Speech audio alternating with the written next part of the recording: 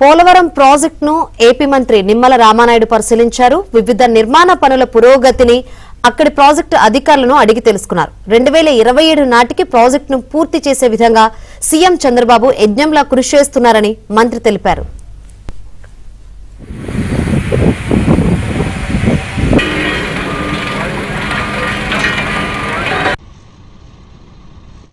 Polavaram project ఒక ఆధునిక దేవాలయంగా ఈ కూటమి ప్రభుత్వం పనిచేస్తున్నటువంటి పరిస్థితి.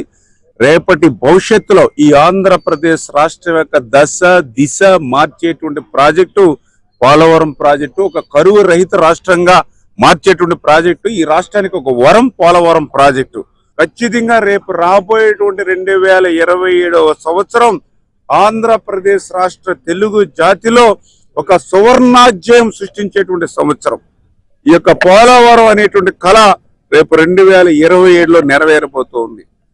ఇటువంటి మహాయజ్ఞానికి మరి పూర్తవుతుంది అని అంటే అది గౌరవ ముఖ్యమంత్రి చంద్రబాబు నాయుడు గారు, గౌరవ ఉప ముఖ్యమంత్రి పవన్ కళ్యాణ్ గారు, వీరిద్దరికి అండగా నరేంద్ర మోడీ గారి యొక్క చేస్తున్నటువంటి సాయంతో ఈ రోజు ఈ యొక్క మహాయజ్ఞం పోలవరం రేపు 2027కు పూర్తవుతుందని మీ ద్వారా తెలియజేసుకుంటూ